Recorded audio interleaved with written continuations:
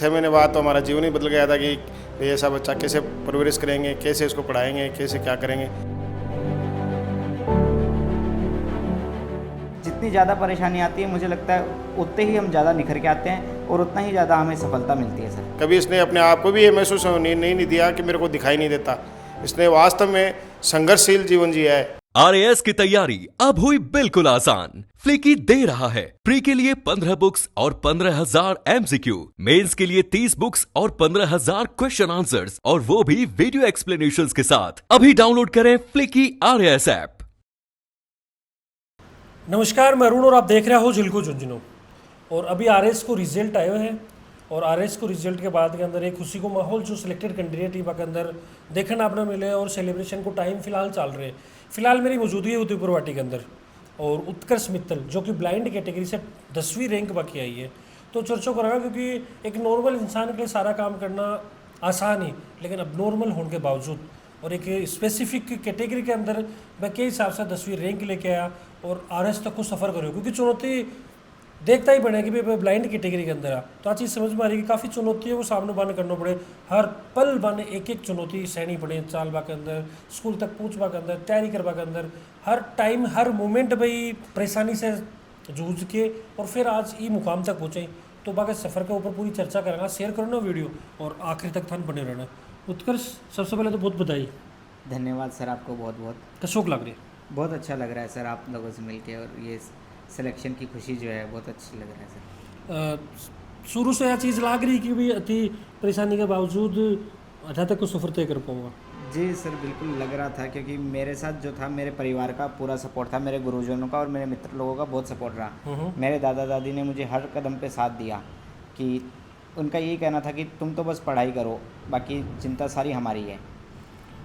सबसे पहले जानकारी कौन दी भैया थे पास हो चुके हो, सिलेक्ट हो चुके हो? सबसे पहले मतलब मेरे भैया ने मुझे बताया कि रिज़ल्ट आ गया है। अच्छा। और फिर उन्होंने ही देखा। जब 10वीं रैंक को पता चलो तो फिर कि कुछ माहौल बने हो कि कुछ परिवार का लोग बोले? खुशी थी सबको, एक बहुत खुशी थी। सब लोग आ रहे थे, आसपास के लोग बधाइयाँ देने, काफ़ी लोग, सबको खुशी थी और बहुत अच्छा लगा था। देखो, नॉर्मल आदमी के लिए सारी चीज़ें आसान रहा करी, लेकिन थे देख कौन पा रहा है दुनिया ने भी के बावजूद तो सफ़र कैसे तय करो, हर पल चुनौती को सामना करना पड़ता था भी चीज़ ने कैसे फेस करो?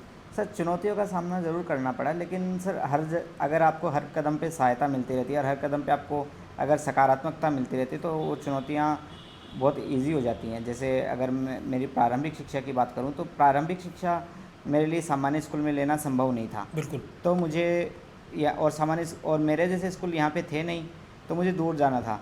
तो माता पिता के लिए छोड़ना थोड़ा सा मुश्किल हो रहा था, पर फिर मेरे दादाजी ने हिम्मत की कि नहीं, मैं छोड़ के आऊँगा इसे, और 10 साल मुझे वहाँ छोड़ा। वहाँ पे मैं रहा अकेला हॉस्टल में। हालांकि मेरी बुआ वगैरह वो उधर रहती, तो उन्होंने मुझे कभी कोई दिक्कत हुई तो मुझे संभाला, हर चीज़ में सपोर्ट दिया। फिर नॉर्मल स्कूल में मैं आ गया। नॉर्मल स्कूल में आने के बाद जो नॉर्मल टीचर्स थे उन लोगों ने, और जो मेरे साथी थे उन लोगों ने कभी मुझे इस चीज़ का एहसास ही नहीं होने दिया कि मुझे ये तकलीफ़ है। जैसे ही स्नातक की शिक्षा मैंने प्राप्त की तो वहाँ भी मुझे कोई तकलीफ़ नहीं आई। फिर आगे मुझे इंस्टीट्यूट का सहारा मिला, तो ऑनलाइन रहकर मैंने वहाँ से पढ़ाई की और मैंने ये एग्ज़ाम क्रैक किया सर। एग्ज़ाम के बारे में के कुछ मानना हो, RAS क्यों बढ़ना? सर, सबसे पहले तो कि इतनी सारी चुनौतियाँ मैं लाइफ में देखी, तो मुझे लगा कि प्रशासनिक सेवा में जाकर ही मैं इन चुनौतियों का सामना कर सकता हूँ और उन चुनौतियों को और लोगों के लिए कम कर सकता हूँ। दूसरा सर, मेरे शिक्षकों ने, मेरे माता पिता ने मुझे प्रेरित किया, दादा दादी ने मुझे प्रेरित किया कि तुम्हें इस सेवा में जाना चाहिए, प्रशासनिक सेवा में तुम्हें जाना चाहिए, ताकि तुम अपने लिए और दूसरों के लिए एक अपॉर्चुनिटी स्थापित कर सको कि भाई हम जैसे लोग भी इस जगह पहुंच सकते हैं और लोगों के लिए बहुत कुछ कर सकते हैं। अच्छा उत्कर्ष, आम आदमी के लिए क्या कुछ करना चाहो? आम आदमी के लिए मैं चाहता हूं कि मैं जो भी कार्य करूं वो अंतिम पंक्ति में जो व्यक्ति खड़ा है वहां तक पहुंचे। यदि कोई सरकार मुझे किसी योजना में कार्य करने का मौका दे तो मैं चाहता हूं कि उसका लाभ हर जगह तक मैं पहुंचा सकूं। राजेंद्र जी, देखो एक बात क्या करें भाई, मूल सो प्यारो ब्याज हो अगर आज वो तो देखो माना कि परेशानी के साथ भगवान भेजो आपने कन, लेकिन वो काफ़ी अच्छो काम करो है और आज एक अच्छी पोस्ट पर भी पहुँचे कि कुछ लाग रहे था कि कुछ बोलो? बहुत खुशी हो रही है साहब, बहुत खुशी हो रही है। बहुत खुशी। उत्कर्ष मनिया भी बताइए कि भाई सबसे ज़्यादा सपोर्ट दादा दादी को ही रही हो।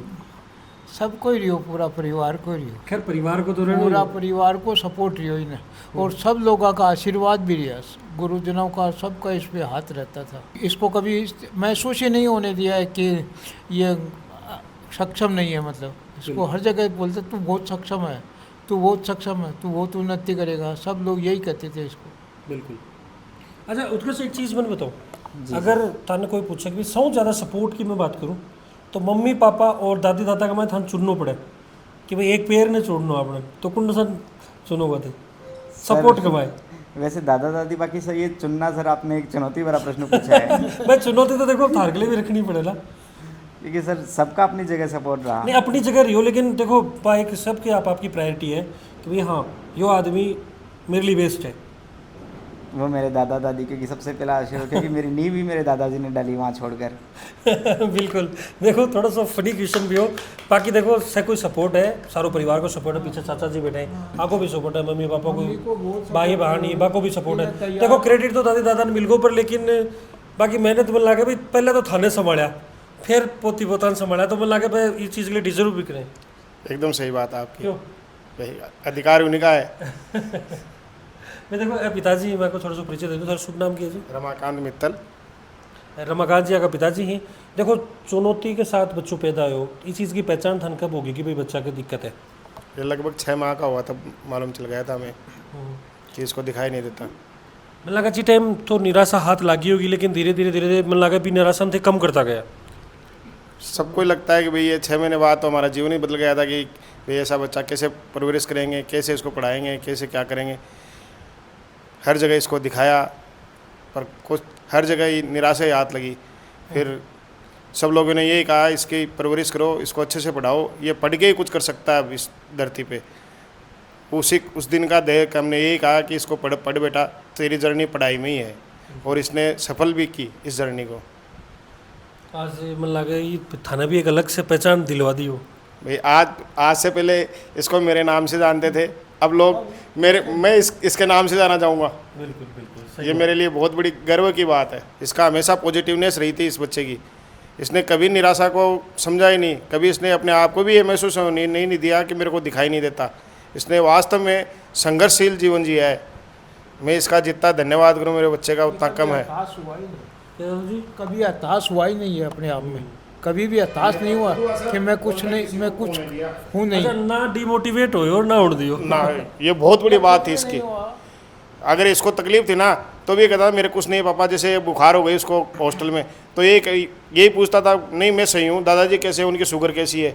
कभी ये नहीं कहा कि मेरे बुखार हो गई, इनके सर ने कहा इसकी ज़्यादा तबीयत खराब है आके ले जाओ, तभी हमें मालूम चलता था कि इसको बुखार भी है, इसकी तकलीफ भी है। इसने कभी नहीं कहा कि मेरे तकलीफ है। देखो आई है एक असली चुनौती भरी जिंदगी ने एक आसान तरीका से जीवा को नाम।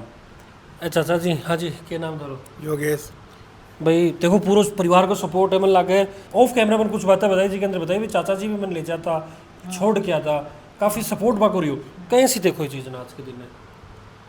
भाई स्कूल में छोड़ आनो लियानो सब सारा काम करता हूँ, बड़े टिफिन भी खिला लेता हूँ, भोजन भी कराता हूँ, सही काम करता हूँ, सारा ही करना पड़ता है।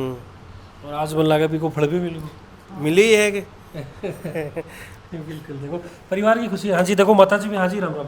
हाँ नमस्ते।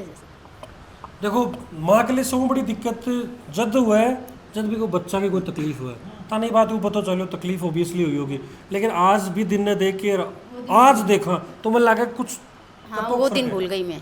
भूल गया। हाँ कैसा लग रहा है? बहुत अच्छा लग रहा है कि इसके दादा ने इसकी नींव डाली, इसके मतलब इन्होंने हिम्मत करके स्कूल में छोड़ा कि मैं इसको पढ़ाऊँगा, किस लायक बनाऊँगा। माँ के साथ, माँ के नज़दीक रहा करे बच्चों। कदे कोई है कि थारे माँ बेटा की बात जितनी नहीं हो, कदे हताश हो या फिर थे हताश हो? नहीं ऐसा कुछ नहीं था, बहुत अच्छा रहा मेरे साथ में से, ऐसा कुछ नहीं था। वो इसने बहुत मतलब हिम्मत करके अपनी लाइफ आगे बढ़ाई है। वो प्रसाद भी बोल रहा क्योंकि पहले वो तो है, वो तो सभी करते हैं, देखे तो मामूली बात है। भगवान का आशीर्वाद तो है ही, ये तो उसी पे टिके हैं सब गुरु जी। तो भैया अड़ोसी पड़ोसी जो रिजल्ट आए हो भी के बाद में क्या कुछ बोला लोग आए, देखो आपस में बातचीत हो जाएगी। बहुत खुशी हुई सबको, सब बोले कि आप लोगों का मेहनत काम आ गई, सब बहुत खुश हुए। नॉर्मल जिंदगी है बिग मापा, सब कुछ देख सका ये लोग हमारे लिए आसान है ज़िंदगी, जी सर। लेकिन थे देख कौन पाओ कैसी चीज़ें दिन का काम कैसी करो, कैसी शेड्यूल रहे, कैसी चीज़ें मैनेज करो। सर वैसे अब जैसे धीरे धीरे काम करते हैं हर चीज़ की आदत हो जाती है नॉर्मली। बाकी आजकल सर टेक्नोलॉजी इतनी आगे बढ़ चुकी है कि किसी भी चीज़ की ऐसे दिक्कत नहीं आती कि ये चीज़ हमें नहीं समझ में आ रही है या फिर, और बाकी नॉर्मल काम में तो आदत हो ही जाती है कि हमें ऐसे चीज़ें करनी है और इस तरीके से हमारा काम करना है। तो इस तरीके से जीवन थोड़ा आसान हुआ टेक्नोलॉजी के सारे। जी सर। बाकी कदे कुछ है को तन मन में कदे हताशा आई हुए कि यार क्यों बने को, क्यों आज जगह थारी कमी है, कदे थार ऊपर भारी पड़ी हुए?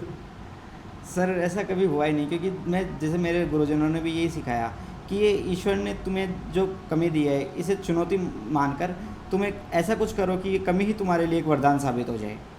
मन लगा अपने ऊपर काम करो भी गए, जी सर बिल्कुल। तो फल मिल भी गो आज रिजल्ट। जी सर। कि कुछ बोलना चाहोगा जो लोग कुछ करना चाहो लेकिन छोटी सी परेशानी जब बन दिख जाए तो वह लोग हार मान ली, हताश हो जाए, बन के कुछ बोलना चाहोगा? मैं उनको यही कहना चाहूँगा कि एक तो हमें हार कभी भी नहीं माननी चाहिए और अपना प्रयास हर दम करते रहना चाहिए। परेशानियाँ हर किसी के जीवन में आती है और आती रहेंगी, लेकिन इसका मतलब ये नहीं है कि हम सफल नहीं हो सकते। जितनी ज़्यादा परेशानी आती है मुझे लगता है उतने ही हम ज़्यादा निखर के आते हैं और उतना ही ज़्यादा हमें सफलता मिलती है सर।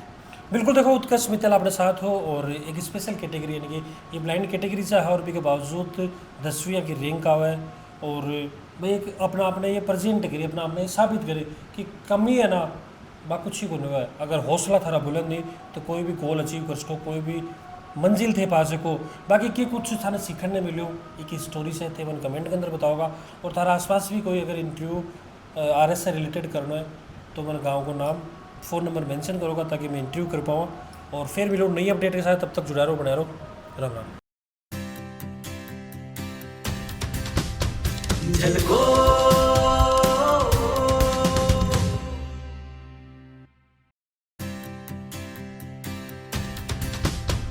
झलको